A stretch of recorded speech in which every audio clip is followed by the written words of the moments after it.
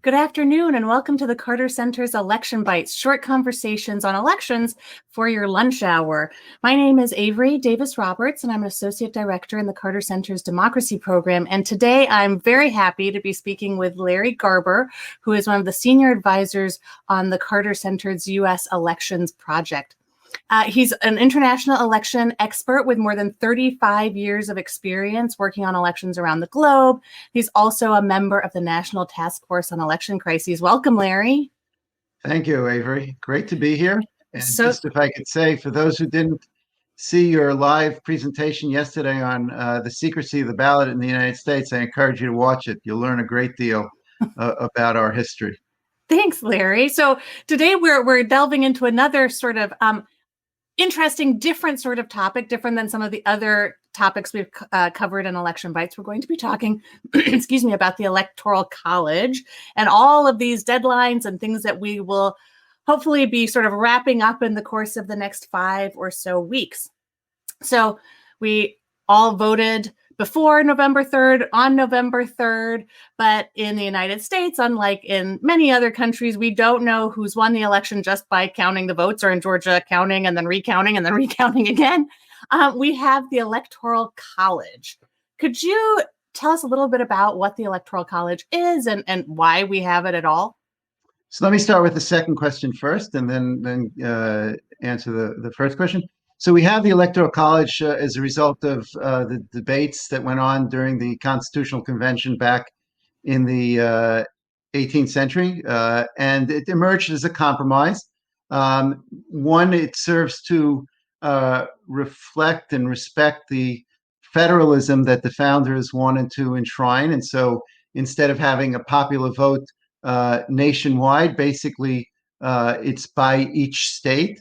And second, it reflects also, perhaps the concerns of at least some of the founders about allowing for a popular vote. And so it was thought better to create this so-called electoral college that would ensure, that the proper people were elected.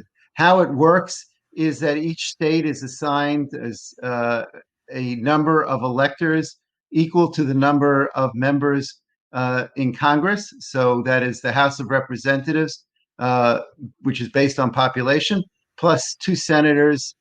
So each state is guaranteed at least 3 electors, and they can have as many as 55 as California has now, based on its population size.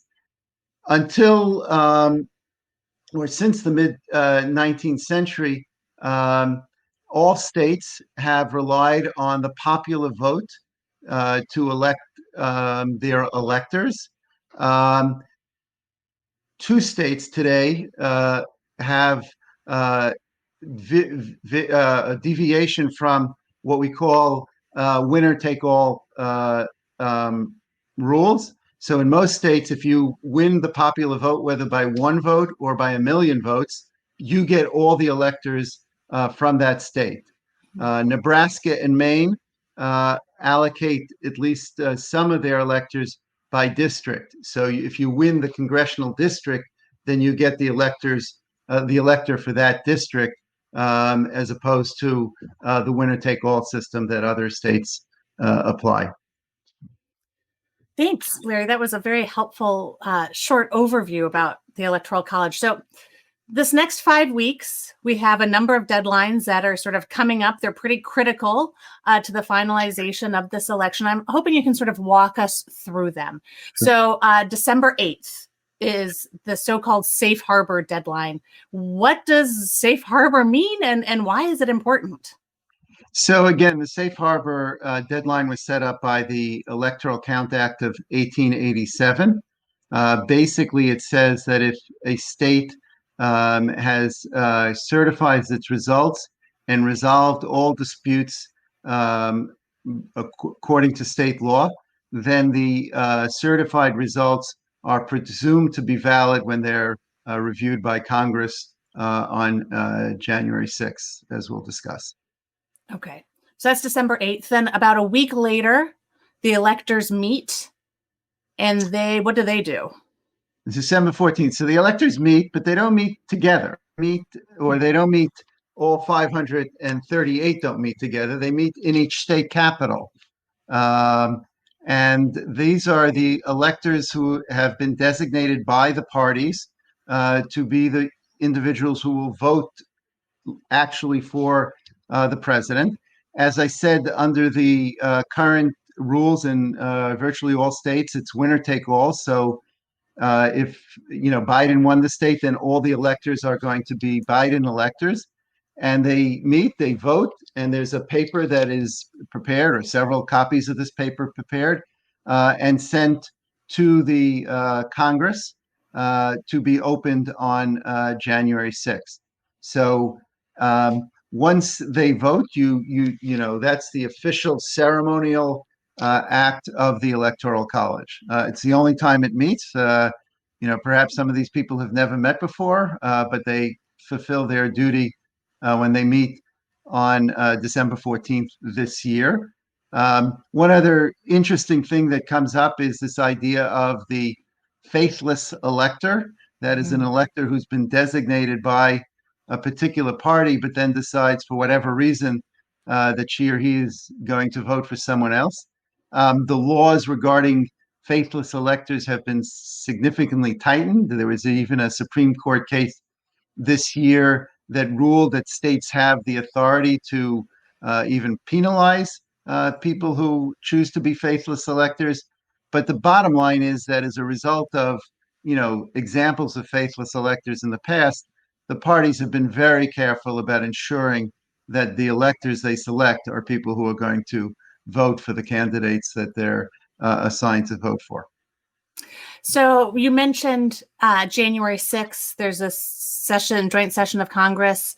What role do they have in this process? And, is that when we can really feel like this election is done? Yes. The short answer is yes. The Congress has the official role of certifying the president and vice president of the United States for the next 4 years. They do so, as you said, Avery, in a joint session of Congress. What happens is that the senators and Congress members meet.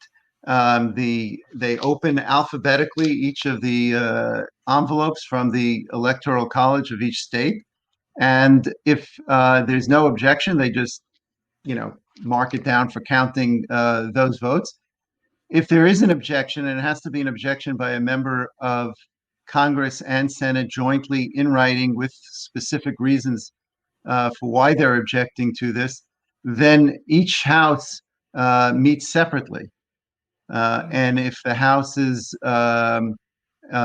vote to reject the objection, then they come back together and they simply count the votes and move on. There's been some talk in the media the last couple of days about some members of Congress planning on objecting. So we will see. They can do that, and if they can get the requisite Senate and Congress member to do so, then Congress would break out and meet. But there doesn't seem to be, first of all, any legitimate basis for objecting to any of the certifications, and there seem to be enough people in both parties who will do the required thing of moving the process along. So it may take a little longer than it would if there were no objections, but the expectation is that it'll be finished on January 6th or perhaps January 7th.